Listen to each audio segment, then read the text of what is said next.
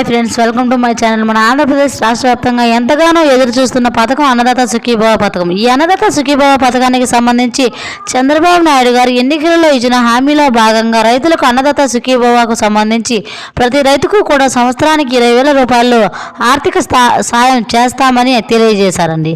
అయితే తాజాగా వచ్చిన అప్డేట్ ప్రకారం అన్నదాత సుఖీభవ త్వరలోనే శుభవార్త తెలియజేస్తూ అన్నదాత సుఖీభవ పథకానికి సంబంధించి అర్హుల జాబితాతో పాటుగా అర్హుల లిస్టు కూడా రెడీ చేస్తున్నట్లు సమాచారం రావడం జరిగింది.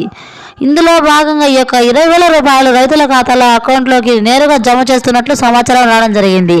అయితే ఈ పథకంతో పాటు మరో 2 పథకాలకు సంబంధించి కూడా తాజా అప్డేట్ రావడం జరిగిందండి.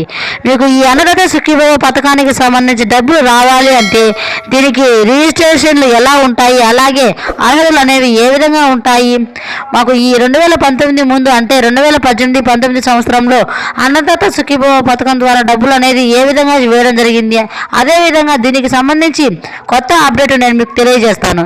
ఇలాంటి తాజా అప్డేట్స్ను ఎప్పటికప్పుడు మీకు నోటిఫికేషన్ రావాలి అనుకుంటే తప్పకుండా మన ఛానల్ని సబ్స్క్రైబ్ చేసుకోండి. అలాగే మీ ఫ్రెండ్స్ అండ్ ఫ్యామిలీకి షేర్ చేయండి, చిన్న లైక్ చేయండి మాత్రం మర్చిపోకండి.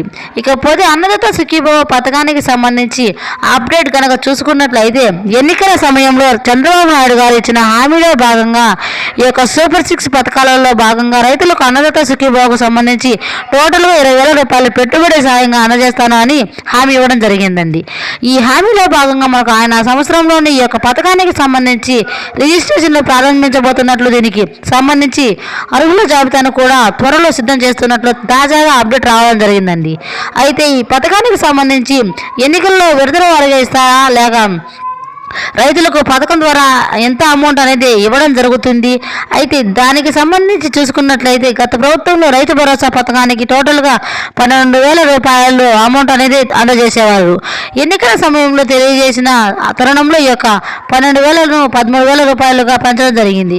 ఎందుకంటే 12,000 రూపాయలను అనేది టోటల్గా ప్రభుత్వమే ఇవ్వాల్సి వస్తుంది అని కేంద్ర ప్రభుత్వానికి సంబంధించి PM కిసాన్ ద్వారా టోటల్గా 13,000 రూపాయలు అందజేయాలి అని చెప్పి అయితే ప్రభుత్వం ఏం చేసింది అంటే ఎన్నికల సమయంలో రైతులను ఆకట్టుకోవడం కోసం టోటల్గా ఈ రైతు భరోసా పథకాన్ని అన్నదాత సుఖీభవగా పేరు మార్చి ప్రస్తుతం టోటల్గా 20,000 రూపాయలుగా రైతు యొక్క బ్యాంక్ అకౌంట్లోకి విడుదల చేస్తామని తెలియజేశారండి.